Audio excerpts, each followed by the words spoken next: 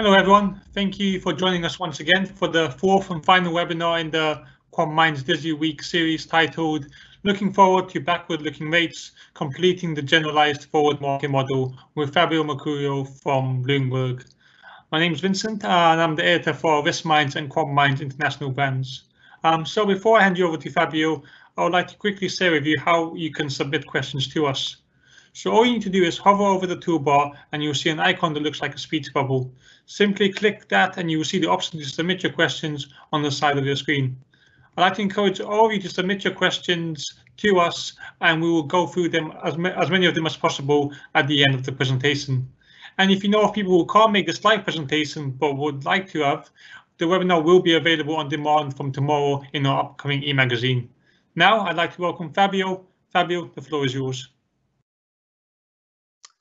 Oh, thank you, Vincent. Hi, everybody. I hope you can hear me well. And so the idea is that you can see my slides, you can see myself a little bit if we have issues, and we may already have some issues now, but we'll turn off the video. And even though I shaved for the occasion this morning, but you know, you will focus on the slide. That's actually better.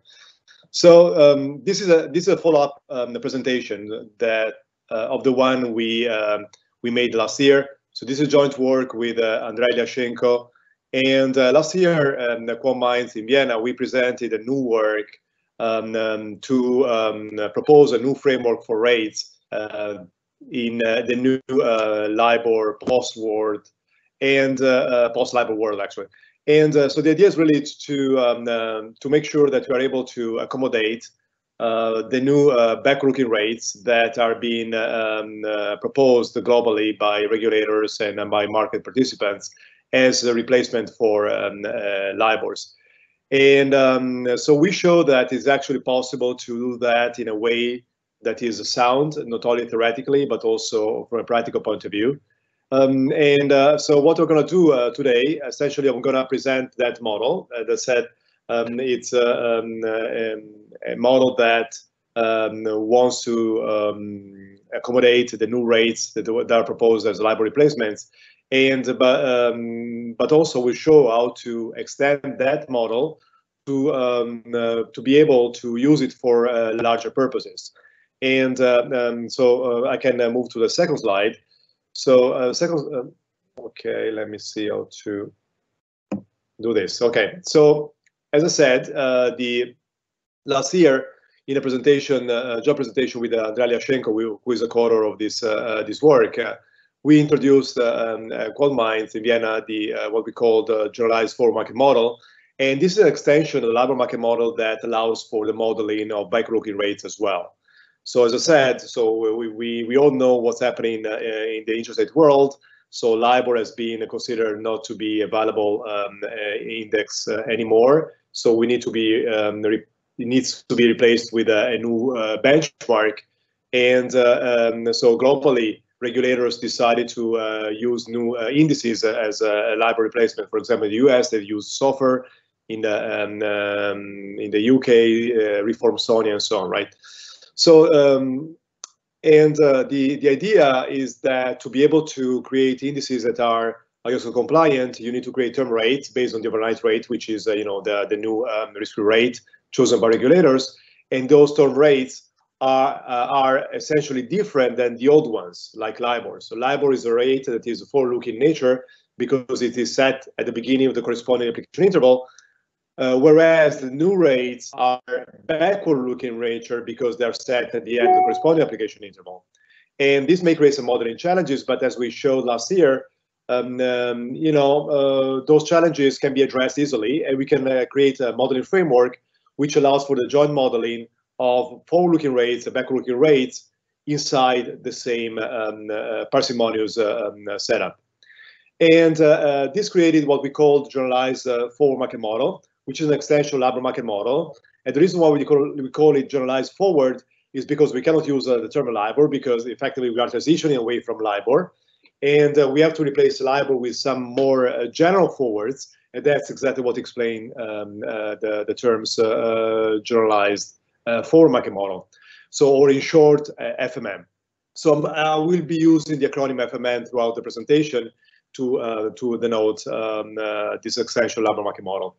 And as I just mentioned, the key feature of the FMM is that it accommodates both forward-looking and backward-looking rates inside the same framework in a way that is very parsimonious and very easy to understand. And the FMM has additional advantages over the labor market model. One, for example, is the possibility to model rates directly under the classic risk-neutral money market measure, something that is not possible with the LMM. And but at the same time, it has also some limitation that the LMM has, namely the fact that you can only generate rates based on the given time grid that you initially assigned to the model. And this is also inherited by the FMM. So the FMM essentially is based on a bunch of initial grid points. You can only generate forwards along those points. If you want to generate rates that are off the grid, you need to do something else. And this is what we're going to show in this talk today, how to complete the FMM by allowing for the simulation of rates that are not native in the initial FMM. And this is crucial for the pricing of big portfolios or complex deals and so on. Typically, what people do in current LMM implementations, because they have the similar problem, right? So what they do, they complete the model by adding some interpolation method, which is typically called front stub or back stub interpolation, or simply like rate interpolation. So the idea is really to find a way of creating rates that are general enough, even though the initial model does not simulate those rates by definition. And the way we achieve that in our model is a bit different. So because we are leveraging the exact information the FMM provides, and we can do something that is not really possible in the classic LMM. So what we are doing, we are taking a step backwards. We are building a general HJM model that originates our FMM. And once we have this HJM model, by construction, the HJM model is very general and can create general rates and discount factors, because we are going to use also separable form for the volatility that allows for this kind of like a general rate construction. And effectively, we'll end up building a model that is a mixture between an LMM and an HJM. So we are essentially bridging the gap between these two worlds. So by trying to solve this problem of completing the labor market model or the forward market model by adding extra information, we think in fact we managed also to bridge a gap between market models and instantaneous rate models in a way that leverages the advantages of both worlds without compromising, say, efficiency. And this is what I'm presenting today. So we need to start with some formulas and model setup, unfortunately, right? Because it's going to be a technical quant type of talk. And the setup is the same as the one I presented last year. So what we are doing, we are considering a single curve framework to simplify things. And of course, this could be extended to a multi-curve framework where you model like multiple rates with the spread between one another, but that's not really addressed for simplicity. So single curve framework, there is one single collateral rate or a price alignment rate, which is also the rate used to define the payoffs we want to price. So there is no separation between discount curve and forward curve. Everything is defined and constructed using the same curve, the one generated by the risk-free rate in the economy we are considering. So the risk-free rate is the interest rate generated earned by a bank account. The bank account is described by this process B, the classic one, so which is defined by this ordinary differential equation that we see there. I need to be careful moving the mouse around because this changes the page. So I think if you see the cursor, I'm highlighting here this ordinary differential equation. This is a classical equation followed by the bank account, and the rate of return is the instantaneous rate that we are modeling. So by integrating this equation, if we start from 1 unit of currency at the initial time 0, what we get after time t, we get this formula here, which is the exponential of the integral of the short rate. These are classical formulas that you can find in any interest rate textbook. Other definitions and clarification about our model setup. We assume that the existence of a risk neutral measure Q. The associated numeraire is actually this bank account B we just defined. And more notation, E will denote the expectation with respect to the risk neutral measure, and F will be the sigma algebra generated by the risk vectors up to the evaluation time. These are classical things, but I had to say that for completeness. So the main concept that we introduced last year that is very instrumental for our analysis is the concept of extended bond price. So we know what a zero coupon bond price is. It's a very simple contract that pays 1 at maturity with no intermediate payments. And its price is denoted by capital P. Small t is a valuation time, capital T is a maturity.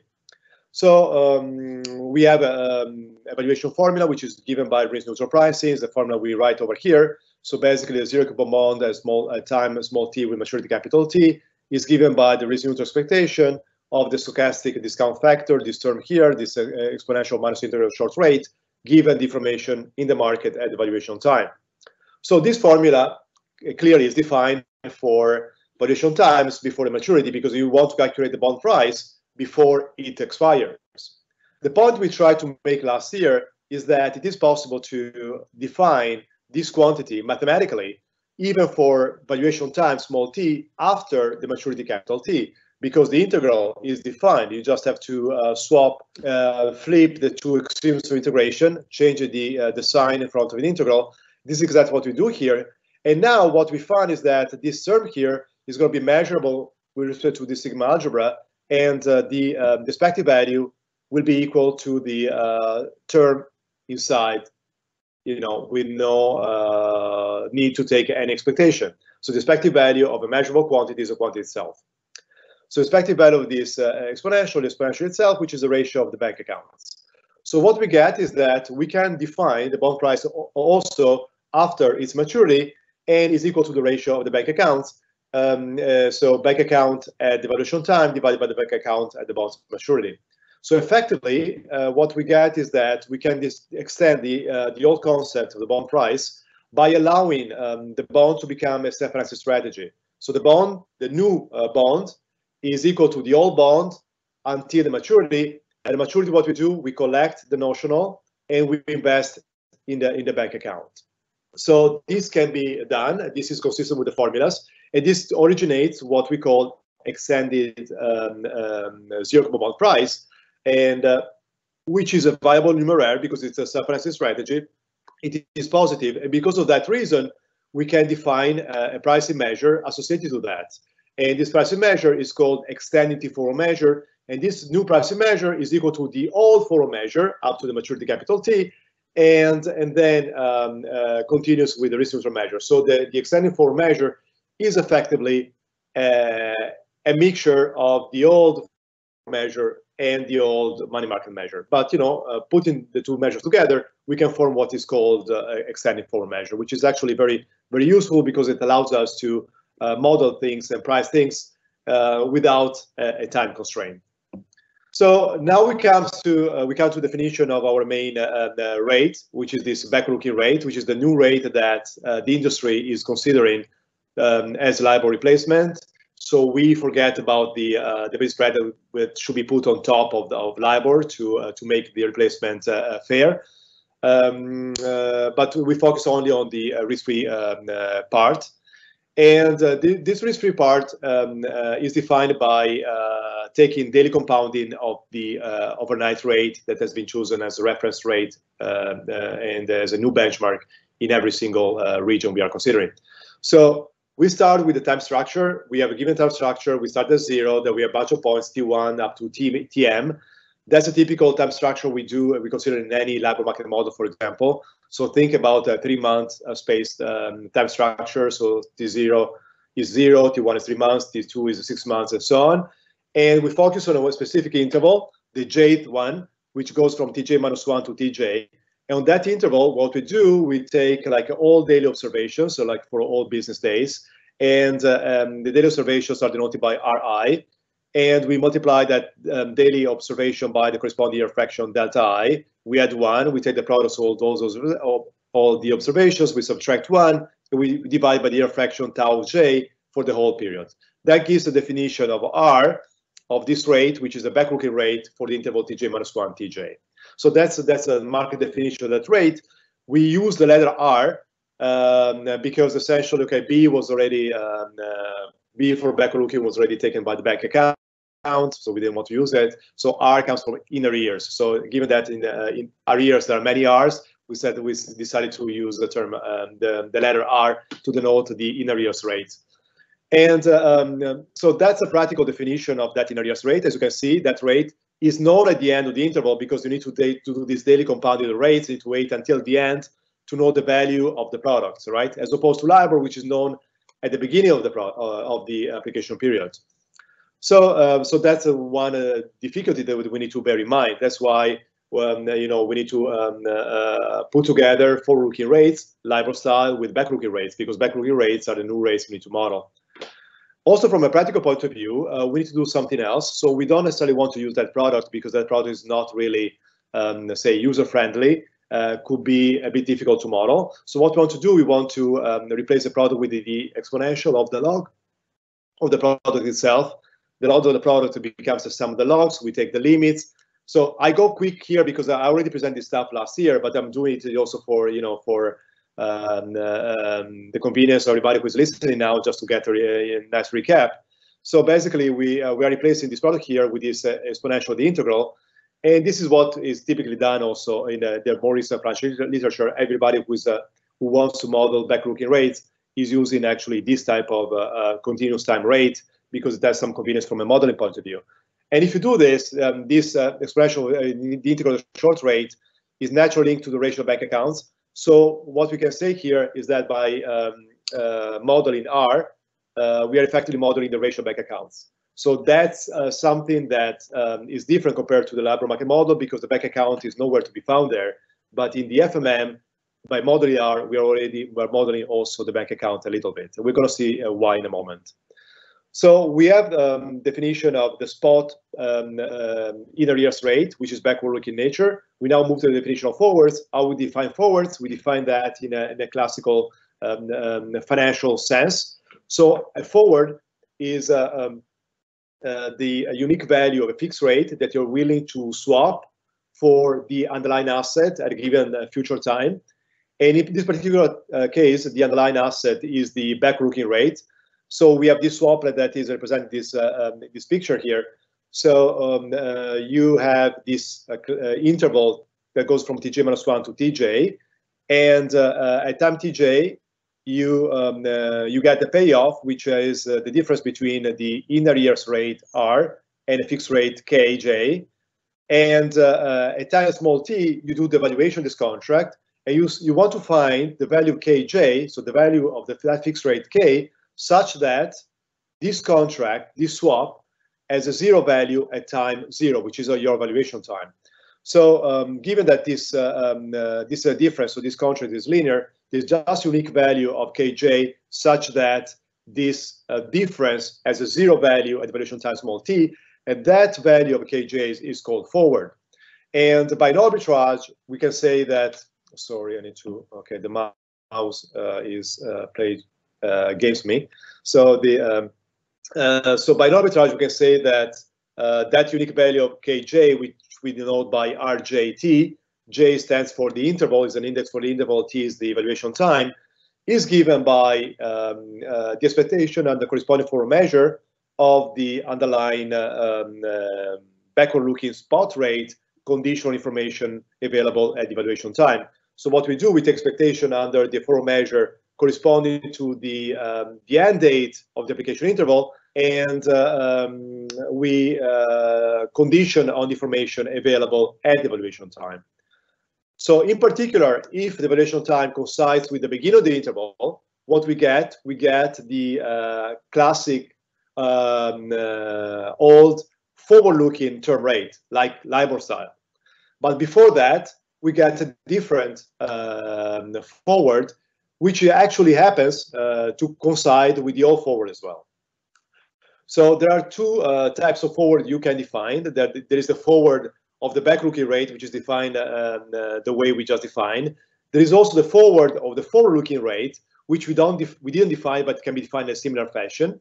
But mathematically, it is easy to prove that the two forwards are the same. And this is actually very interesting and very useful because it allows us to be very parsimonious. So we don't need to model too many forwards in our framework.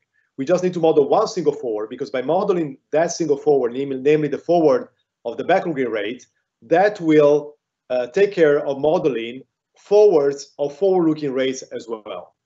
So we model the rate RJ, which is the forward of a backward-looking rate. By doing that, we are modeling at the same time forward-looking rates as well, because essentially the forward-looking spot rate, so the fixing of the forward-looking rate, is nothing but the value of RJ at time Tj-1, so at the beginning of the interval. So this is a very convenient way to do that. Again, we gave this information last year, so I'm a bit quick now, but I just give you like a quick summary. And the properties that are satisfied by these forwards are as follows. So this forward is a martingale on the corresponding forward measure. By definition, it's a conditional expectation of the spot rate. And by playing with measure changes, what you can find that forward J can be written as ratio discount factors minus 1 divided by R fraction. So that forward is in fact given by a formula which is equal to the classical formula for forwards, the formula that you can find in any textbook. But what's the difference here? The difference is actually very important, that formula there is not really 100% the same as a classic old textbook formula, because that formula must be intended in a generalized sense. So must be intended using extended bond prices as underlying bonds. So this means that RJT is defined for all possible valuation times small t, not only for times before the beginning of application period. So in the old forward definition for Libor, for example, you know that ratio discount factor made sense only for valuation time small t before time Tj-1, which is the beginning of the application period. Now we can go on because rates continue to evolve. And in fact, rates go on until the end of the period. And if you want, by killing volatility, they can go on even further.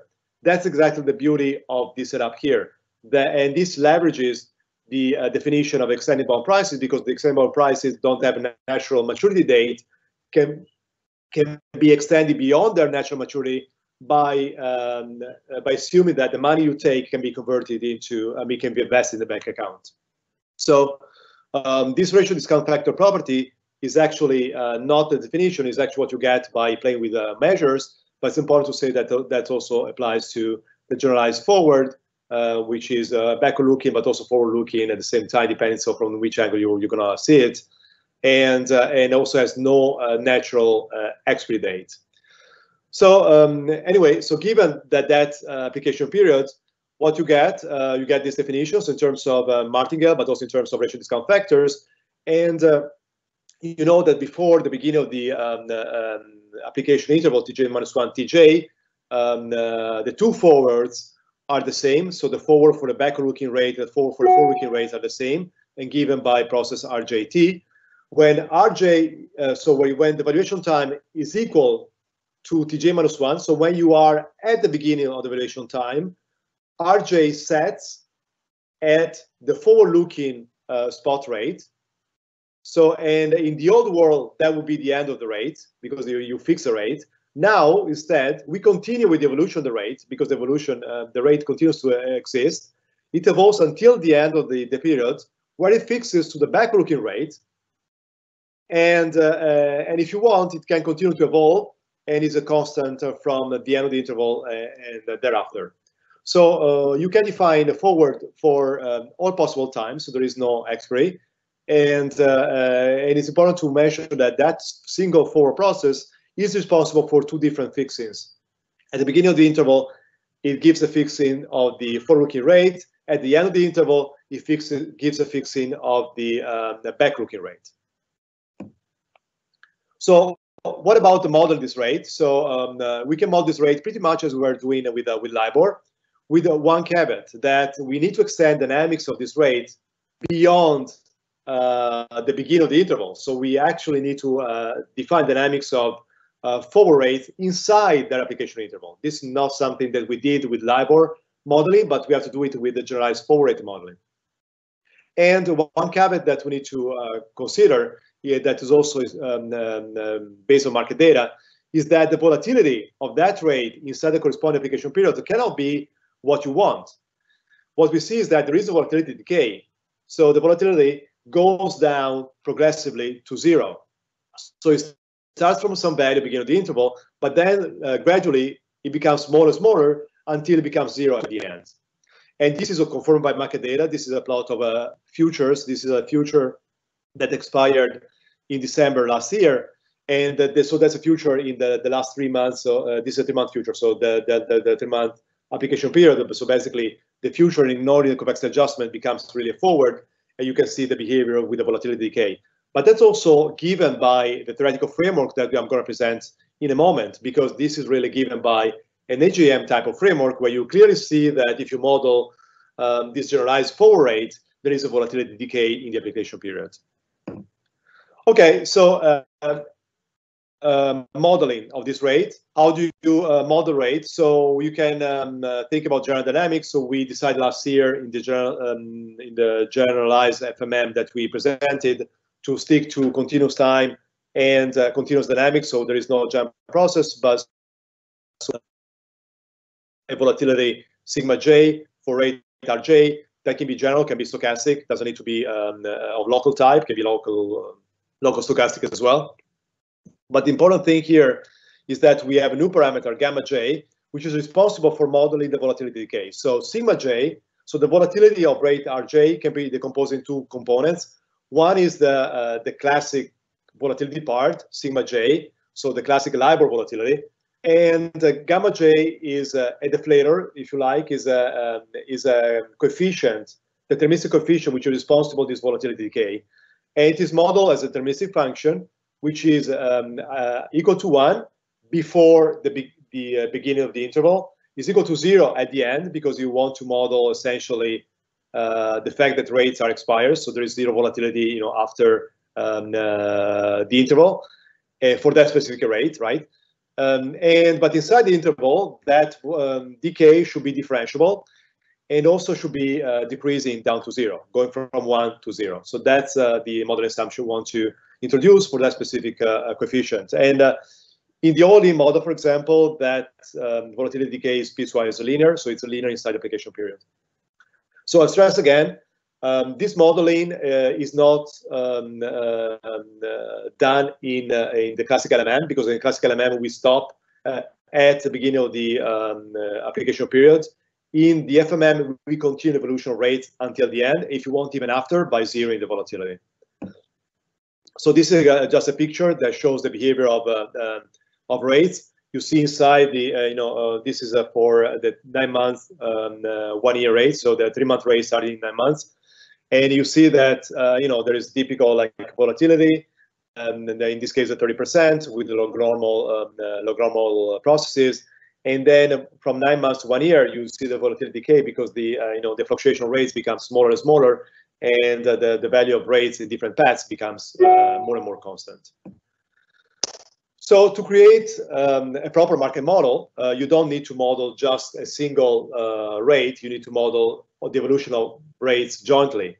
And this is what we are doing here. So essentially, every single rate can be modeled under its own forward measure. But in fact, what you want to do, you want to model evolution of all rates under a common pricing measure. In a typical LMM implementation, you model evolution of rates in the spot Libor measure, or under the terminal forward measure. So you select one forward measure, and usually it's the last one. So, but essentially, it's either forward measure or a spot LIBOR measure.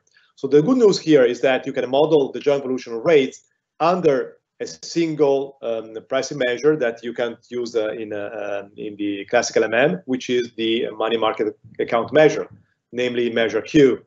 And this is possible because of the modeling feature that we are adding in the model. Because we are able to model the behavioral rates also inside the corresponding application periods. And this is actually shown in the next slide. So if you see here, I'm accelerating a little bit because I don't want to be left without time. So if you see the central formula there, that's exactly the behavior of the forward rate inside this corresponding application period. You see that it's given by the ratio of an exponential term and a discount factor. And so if you take the log of both sides, so essentially if you try to measure the volatility of both sides, what you see is that the volatility of the discount factor in the right-hand side is linked to the volatility of the rate RJ on the left-hand side. And why is this important? Because this information is directly provided by the model. And this information is not in the LMM. And this is exactly the information that is needed to go from a spot LIBOR measure, for example, to a risk neutral measure. So that's exactly information that you need to be able to model forwards in the risk neutral measure as well. And you can do it in a LIBOR market model also. But what you need to do, you need to really provide the volatility of what we call the prompt bond. And this is written in the second bullet point. So the prompt bond is a bond that expires on the next, say, time in the grid. So you say you are running your evaluation time small t. You see which is the next time tj in the grid right after time small t, and you take the bond maturing that time. If you model the volatility of that bond, some information is not available in the LMM directly, but you need to provide in addition to the assumptions of the LMM volatility and correlation structure. So if you provide that information, then you are able to get dynamics of forwards in the risk neutral measure as well. But as I said already multiple times, the LMM by construction doesn't provide that information. Instead, the FMM by construction provides this information. That's what the main difference is. Another way to say things that is also kind of cool from a practical point of view is that by using definition of extended bond price, given that we can define bonds with any maturity, and given that the valuation time can be anything even beyond the maturity of the bond, you can define what we call a zero coupon bond. A zero maturity zero coupon bond. What is a zero maturity zero coupon bond? Is a bond that matures now, and immediately it turns into a bank account. So let me drink a bit. So a zero maturity bond is nothing but a bank account. So we added this nice characterization using the concept of extended bond price. That basically says that the bank account is yet another zero coupon bond. So the pricing measure associated with the bank account, which is a risk neutral measure, can be seen as a forward measure, namely the forward measure associated with the zero maturity bond. So this is also a nice trick that you can use to calculate measure changes and to come up with these dynamics for the short rates. Sorry, for the short rates, for the forward rates. So these are dynamics for the forward rates under risk neutral measure, and you can see here this is a classic diffusion term, and here is the typical drift term of that you get in an LMM with one caveat. The typical drift term in an LMM has a different starting point here. So this is the index of the next say time in the grid. And when you do the dynamics in the LMM under the spot LIBOR measure, that index is actually eta plus 1. The difference here, we start one index before. And that difference actually gives you the difference between dynamics in the risk neutral measure and dynamics in the spot LIBOR measure. But that's a different story. I don't have time to expand on that, but that's a cool thing. So what we're going to do now for the purposes in this talk, we are going to say, okay, we can represent these dynamics here in a vector form that can always be done. So we have a correlation structure. We are saying that that correlation structure is not necessarily full factor. So we have capital M forwards, and we have capital N number of factors. So, and this number of factors is actually the rank of the correlation matrix. What we can do, we can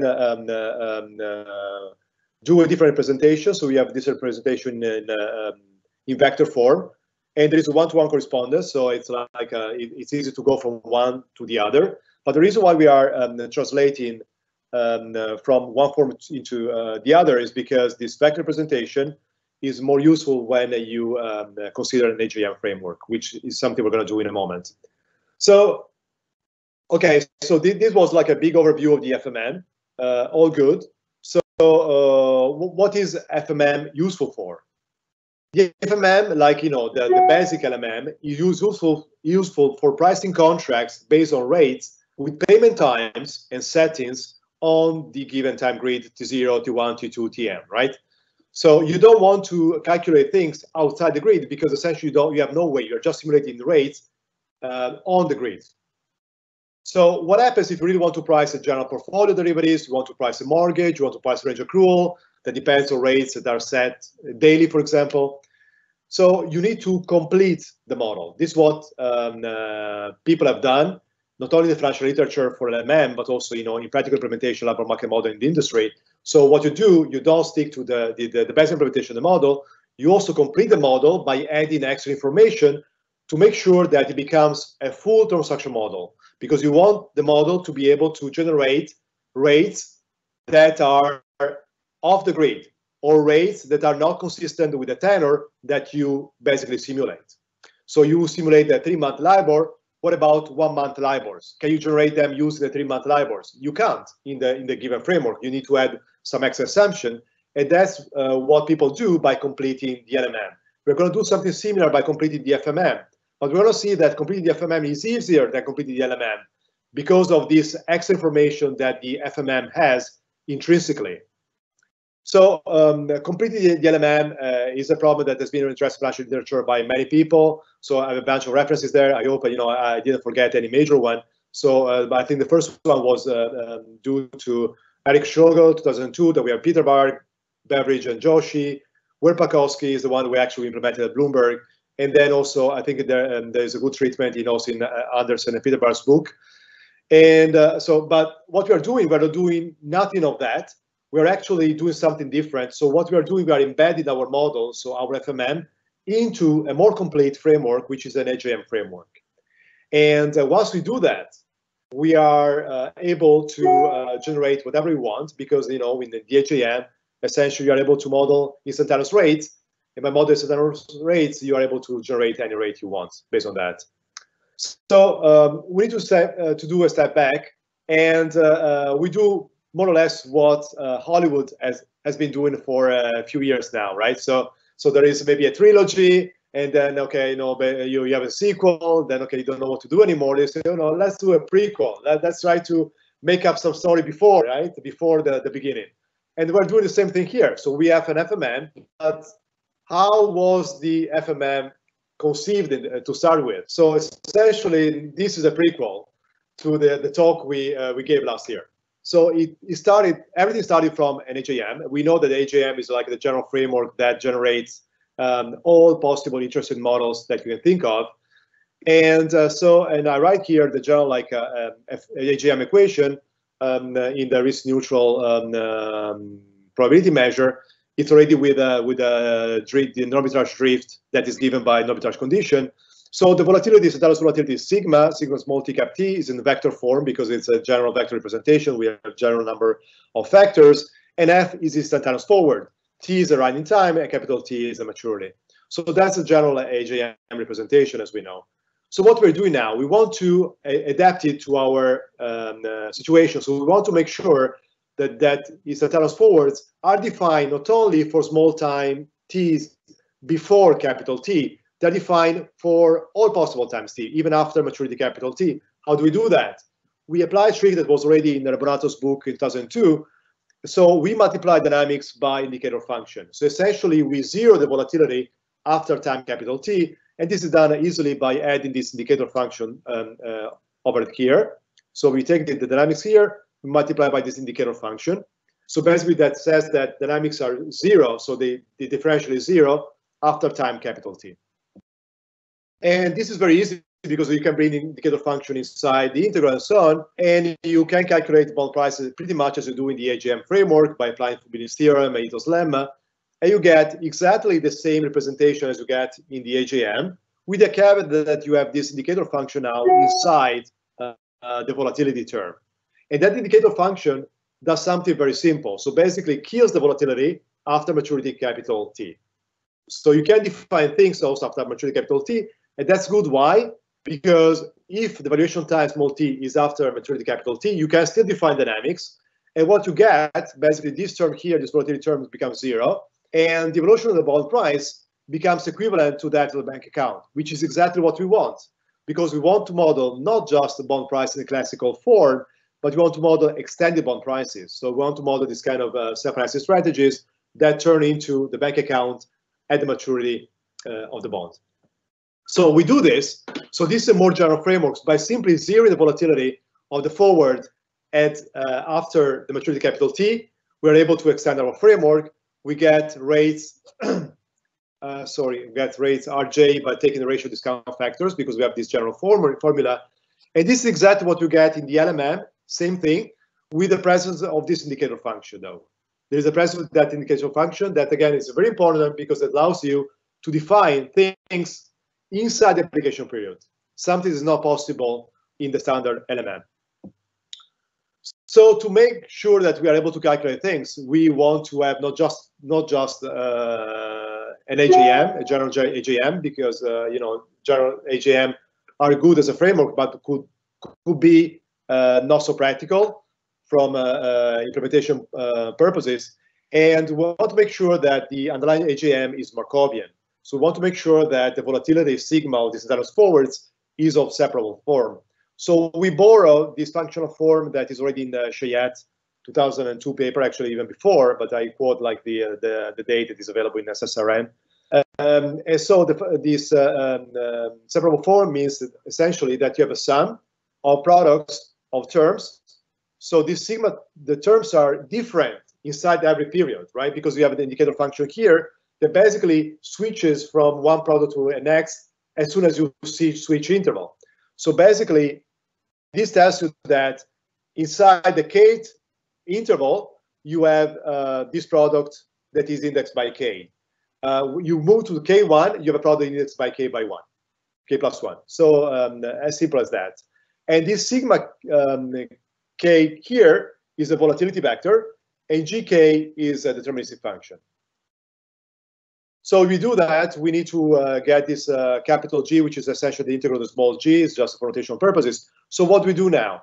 So we have this volatility in separable form representation in mind. We use that to calculate our generalized forward rate dynamics, so dynamics of rates Rj. So we use this functional form sigma inside the general formula for Rj. And basically what we see that the term G can be integrated and it creates like a term capital G, because capital G is the integral of small g. This guy here can be taken out because it doesn't depend.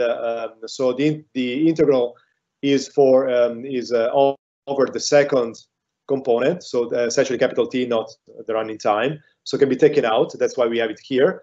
And this one is outside. So essentially the indicator function here is responsible for selecting only the functions that are inside, the application period here, corresponding application period here. So and what we get here, we get that the only RJ terms are important. Only the RJ terms are important for the calculation of this integral. And I hear some background noise. I don't know what's happening, but maybe there is a phone somewhere around. Not mine, but I can say that.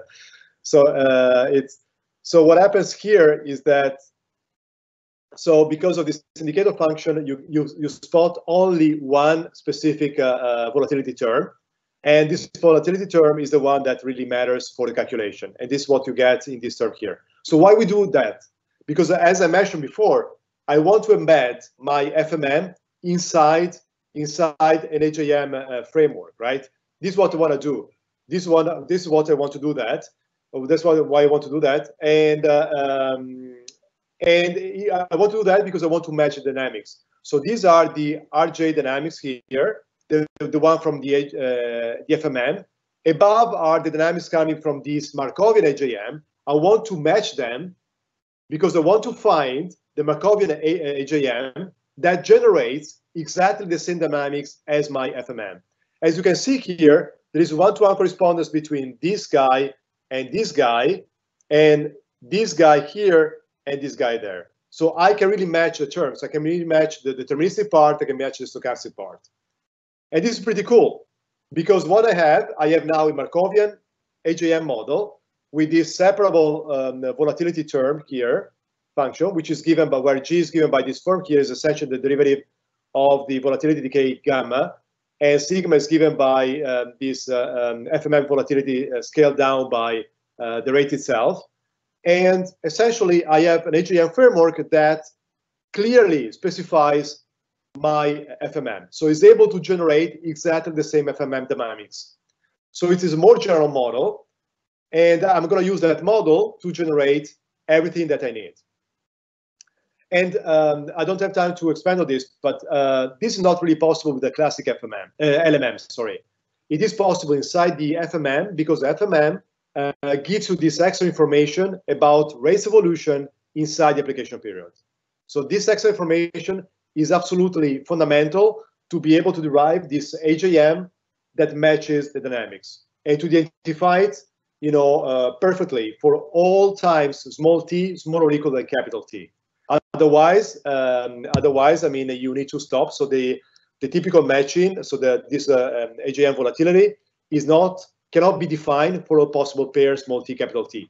In our construct, that's actually possible because of the FMM properties. So there is an example that I can skip. This leads to, I'm going to be very quick now. So this leads to a Markovian representation for the forward rate. So as simple as that, you just integrate dynamics. That's simple. So you have the HJM dynamics, which is given the differential of the forward. You integrate that, and you get this kind of Cheyenne type representation, this Markovian HJM type representation, which is very general. So I'm not going to describe it, but you see here, essentially, it's a typical form based on factors x and y. X is a vector, and y is a matrix. And the good news here, or the difference here compared to the classic, structure, is that you can define the forwards also beyond time small t. And by definition, because we are zeroing the volatility, the forwards are given by the short rate at maturity. So you can define also the instantaneous forward for small t larger than capital T. And basically, you say, okay, definition is equal to the short rate time capital T. You have a corresponding bond option pricing formula because it's Markovian HJM. That's the main feature of Markovian HJM. You can define the bond prices. But the bad news is that this formula here, which is good, depends on too many factors. So this is a vector. So it has a vector of m. So m is the number of forwards. Could be many, could be 100, right? And y is a metric that could be 100 by 100. So these are too many processes to simulate. So if you apply this formula directly, unfortunately, that's not really convenient from a practical point of view. It's not really useful. So what we did, and that accelerated a bit, we found different ways of doing things. We found local formulas, and we found the front stub and back stub formulas that are actually, accelerate here, that are actually extremely efficient. So we know that what people typically do, we decompose a typical discount factor as a front stub term, discount factor based on the forward rates, and the forward discount factor based on the back stub calculation. So basically, this term here is given by our FMM. The first part has to be calculated efficiently. The second part as well. What we have efficient ways of calculating those terms. And the reason why we can do that is because we can leverage the fact we are calculating something through the rates R's already. And we have very efficient formulas. For example, the backstop formula is this one. And I don't have time, but it's like all are deterministic terms. We have rates here. So if you simulate the rates, you already have a big part of things. You have the diagonal terms of Y, so you don't need to simulate the whole metric, but only the diagonal terms, which is great. And when it comes to the backstop formula, we do other tricks. And it's the front stop formula is a bit more complex, but I can guarantee you still efficient.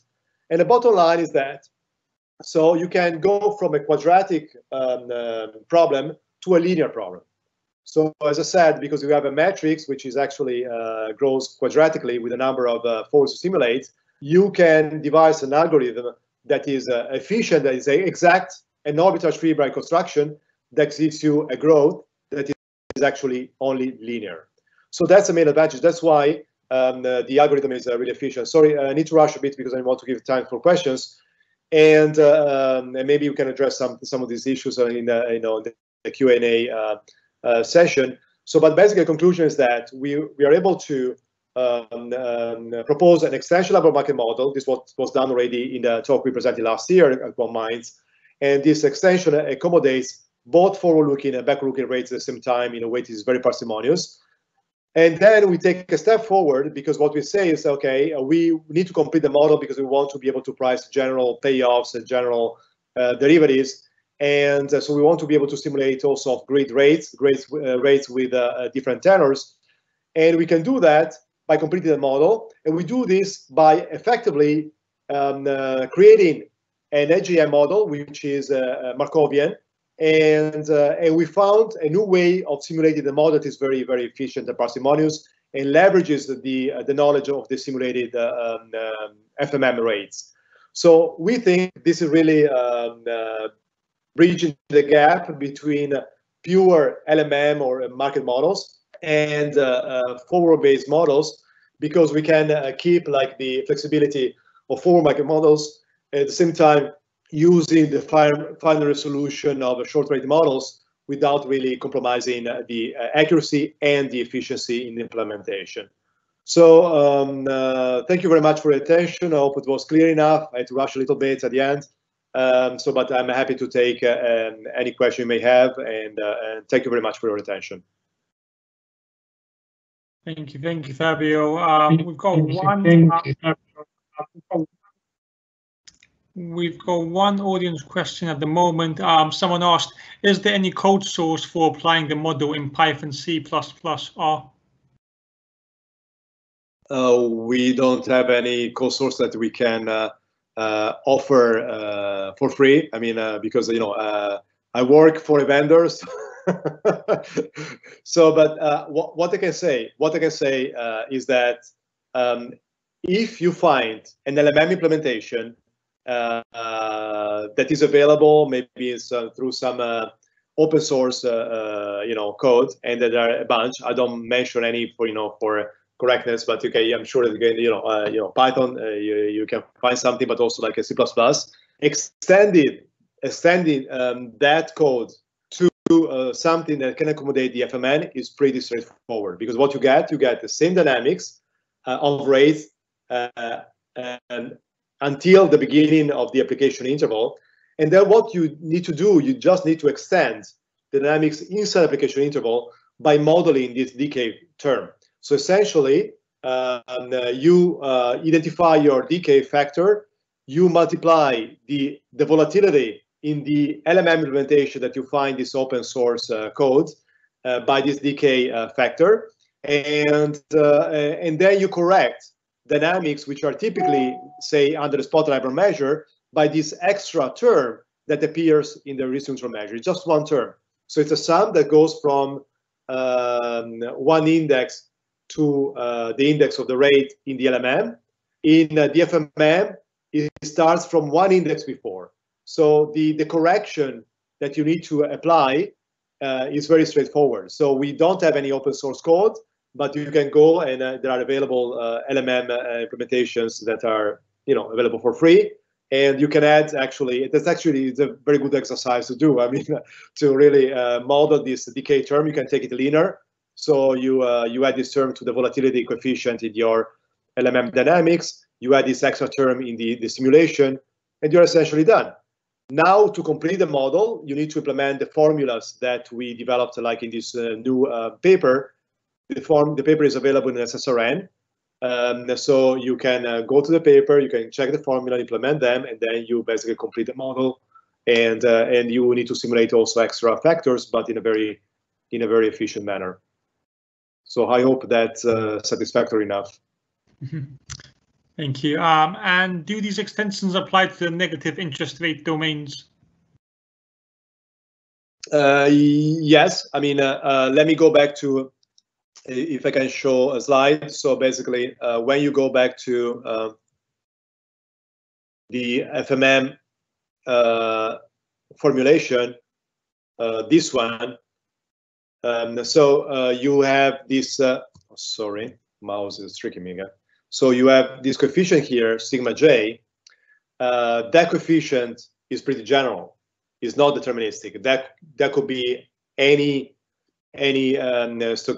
stochastic process, any adaptive process. So in particular, could be a process coming from a shifty log normal type of dynamics, right? So this sigma could be a coefficient, a constant, times the rate itself plus another constant. And this is a typical way of modeling shifty log normal dynamics, which allow for negative rates when the shift is positive. So the answer is yes. This is a general framework, and basically it allows for negative rates, pretty much as your Libor market model implementation allow for negative rates. So you just need to model your volatility coefficient sigma j accordingly to allow for negative values on your dynamics.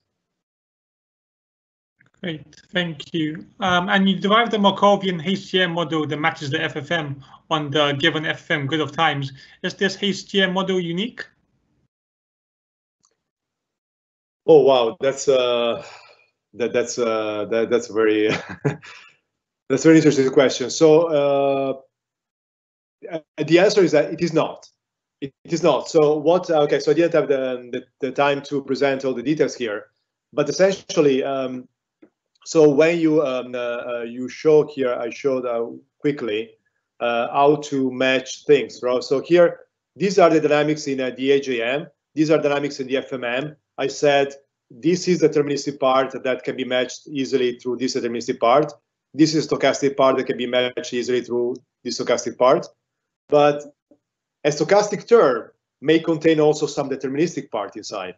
So effectively, the breakdown here is a bit arbitrary. So you cannot bring some stochasticity in the deterministic part, but you can bring some deterministic part inside the stochastic component.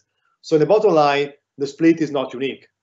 And in fact, Andrea and I are working on an extension that basically studies the impact of different forms, because I think it's important to understand that from a practical point of view, the decay term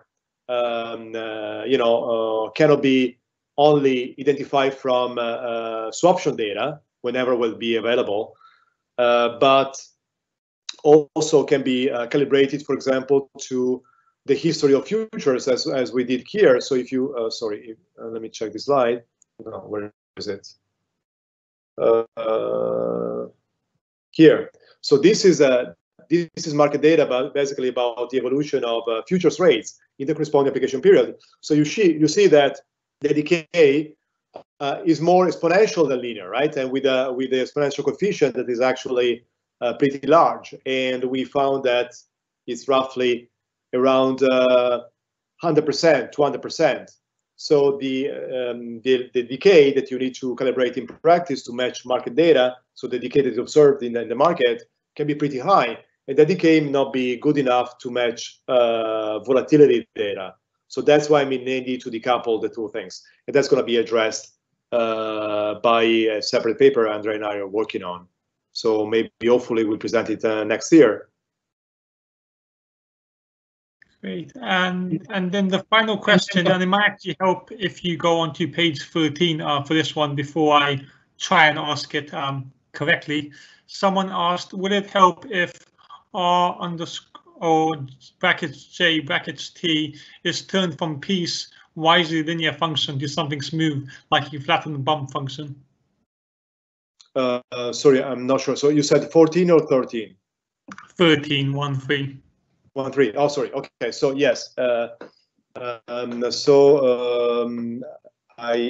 Okay. Let me get the. I'm not sure I got the question correctly. So you're saying if RT is turned from piecewise linear function to something smooth like a. Okay. Okay. So R.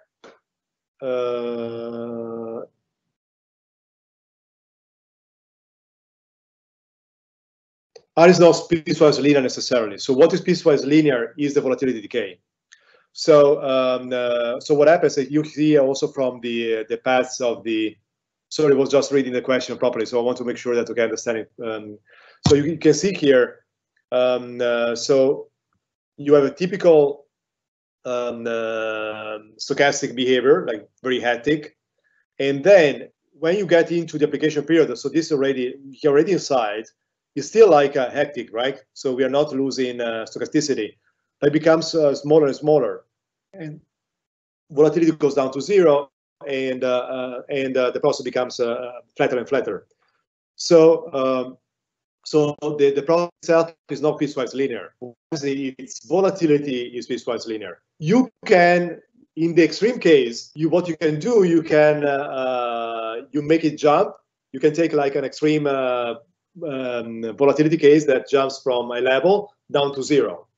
So the constraint you need to get, that volatility needs to jump down to 0, because this is what HJM tells us.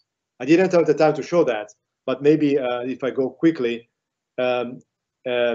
HJM here basically says, because of this indicator function, that this term here has to progressively become smaller and smaller until it becomes 0 at time tj. So that one, you know, by modeling sigma properly, that one can jump abruptly, but not necessarily the process. So the process can, of course, it will, you know, it will be affected by that behavior, but you know, will still be continuous.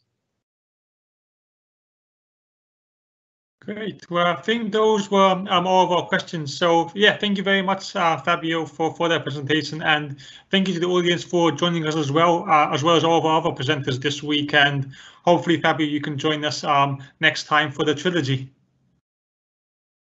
Absolutely, and also we don't need to forget that we have an appointment in November. So you know, in November I will be either expand on this one, or you know, present already new results. Let's see. And the question mark is that will I be there, like physically present or remotely present? Let's see. It's but thank you for giving me this opportunity.